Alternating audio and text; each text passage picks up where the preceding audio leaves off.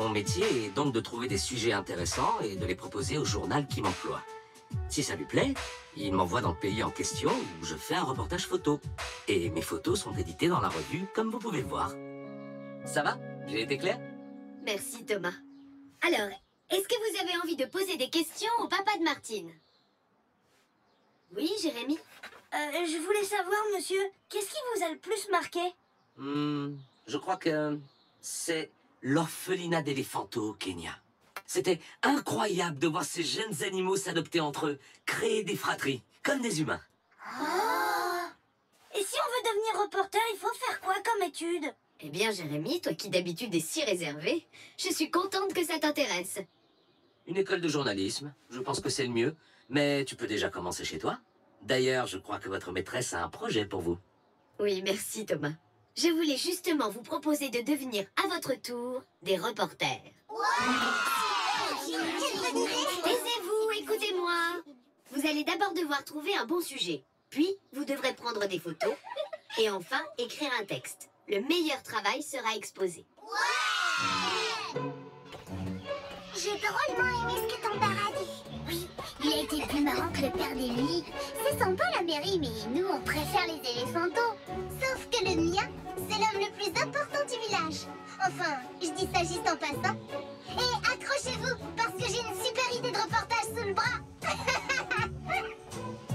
Qu'est-ce qu'elle va trouver encore?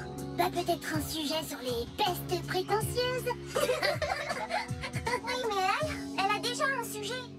Bon, il faut juste chercher, se creuser un peu la tête.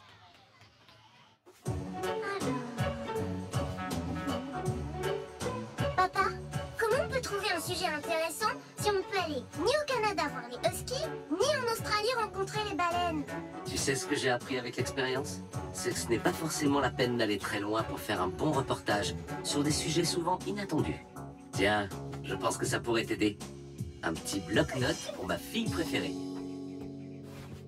Et mon vieil appareil photo porte-bonheur. Merci, papa.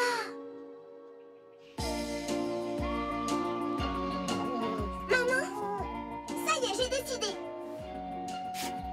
C'est toi mon sujet de reportage. Désolée Martine, je n'ai vraiment pas le temps. Virtuose de Crécy, le chien de Madame Lambert, vient cette fois d'avaler un gros cornichon qui lui est resté en travers de la gorge. Oh. Jean, je vais faire mon reportage sur toi. Oublie, j'attends Simon pour travailler les maths. Alors ça, c'est mon dragon qui vole et qui craque du feu. Mon vaisseau spatial qui va plus vite que la lumière. Vroom, tout, tout, tout, tout. Oh là là.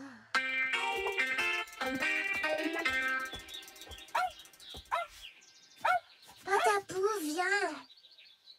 Il n'y a pas de sujet de reportage ici.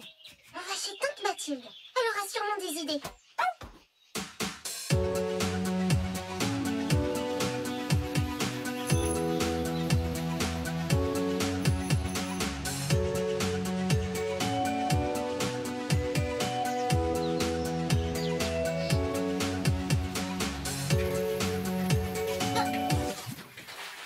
T'as vu ça, Patapouf?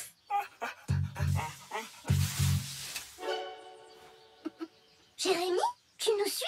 Mais tu m'as prise en photo? Ben, c'est que... après que ton père soit venu en classe, comme j'ai adoré, je me suis dit que c'était grâce à lui si t'étais aussi chouette. Tu ne fais quand même pas ton reportage sur moi? Ben... oui. Je sais comme c'est dur de trouver un sujet. Alors c'est d'accord. Hein? Mais en échange, je fais le mien sur toi. Un portrait croisé en quelque sorte. Ah, non, non, non, non, non. Moi, je n'ai rien à raconter. Je ne suis pas passionnant du tout, du tout. Et moi, je ne te crois pas du tout, du tout. Tout le monde a forcément un côté intéressant. Pas moi. Allez, Martine, oublie-moi et laisse-moi faire mon reportage sur toi. Bon, on y va? D'accord. Montre-moi tes coins préférés. Les endroits où tu te sens le mieux. Ça marche.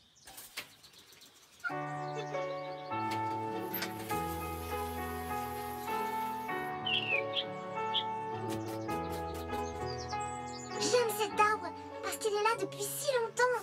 Il a connu des tempêtes, des révolutions, des guerres. J'aimerais bien savoir combien de rois il a connus. Le seul moyen de connaître l'âge exact de ton arbre, ce serait de le scier et de compter le nombre de cercles dans son tronc. Tu entends ça, Patapou? Donc ton chêne, vu la circonférence de son tronc, il a à la louche au moins 3 bons siècles. Il a peut-être connu le chien de Louis XVI et même celui de Louis XIV. On continue? Montre-moi encore un endroit que tu adores. C'est comme ma piste de ski personnelle, sans neige et à 2 pas de chez moi.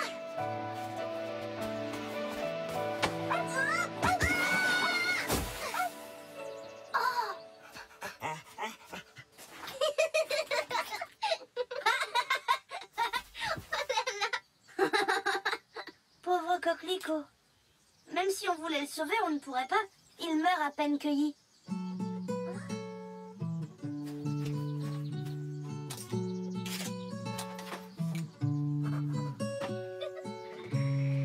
Je te présente ma crèche de têtards.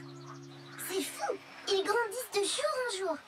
D'abord la queue qui pousse, puis les pattes, et ensuite ils deviennent des grenouilles bien vertes. Sauf que tes grenouilles, elles vont devenir de bons gros crapauds qui chantent sous ta fenêtre et t'empêchent de dormir. Ah bon? À quoi tu vois ça? Je reconnais les futurs crapauds à leur couleur plus foncée et leur peau moins lisse. Comment tu sais tout ça, toi? T'es une vraie encyclopédie. Ben, j'aime bien, j'ai plein de livres et j'adore observer ce qui se passe dans mon jardin ou quand je traîne en forêt. Les plantes, les animaux, les insectes. Ben, comme tout le monde, non? Non, pas comme tout le monde. Les garçons, en général, ils passent plus de temps à jouer au foot qu'à observer la nature ou à lire. Toi, tu es différent. Allez, tu viens? On continue notre balade en forêt?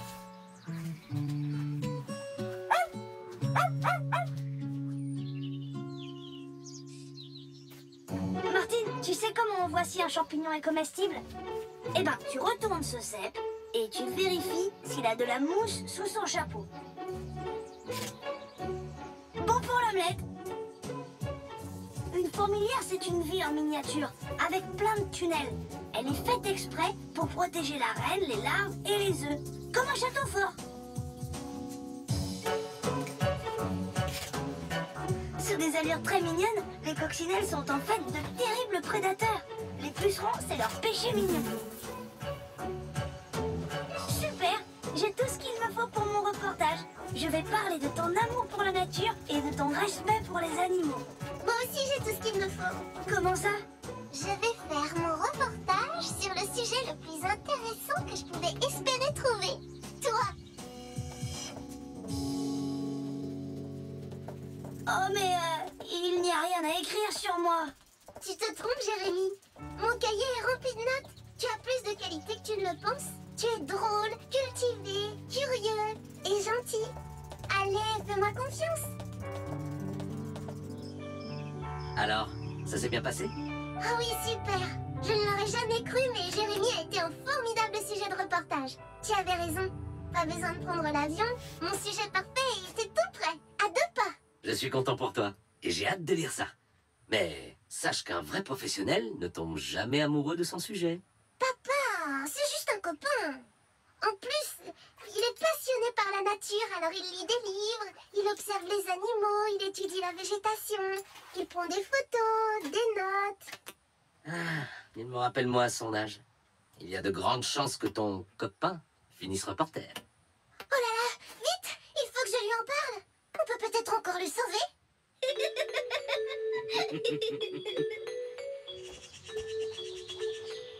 Moi, j'ai fait mon reportage sur ma voisine. Je suis sûre que c'est une sorcière. Bon, là, j'ai rien trouvé, mais j'en suis sûre. Et moi, sur la boulangerie du village. C'est intéressant comme métier, boulanger. Et bien sûr, tu as goûté toutes les pâtisseries. Bah, bien obligé. J'ai une conscience professionnelle, moi. Admirez et prenez une leçon. Un reportage sur le seul sujet digne d'intérêt de toute la ville. Le sujet de ton reportage, c'est toi? Émilie écrit son premier roman. Émilie gagne le concours épique. Émilie invente une recette succulente. Il manque encore une photo. Émilie a la meilleure notes pour son reportage.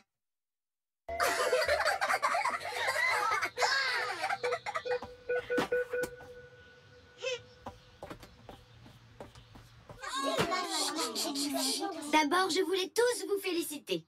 Je suis fière d'avoir une classe de reporters en herbe. Ça a été très dur de vous départager.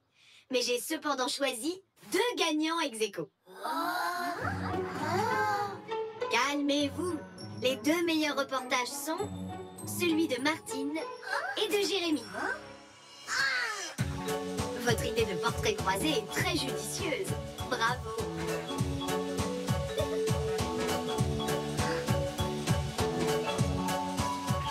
Il ne lui aurait pas tapé dans l'œil? Remarque, il est plutôt mignon, Jérémy. Oh non, vous n'allez pas vous y mettre, vous aussi. Ça m'a permis de mieux connaître un élève d'habitude trop discret. D'ailleurs, Jérémy, serais-tu d'accord pour emmener toute la classe en forêt pour une leçon de botanique à ta façon? Oui, dis oui. La classe va adorer. Fais-moi confiance. Mais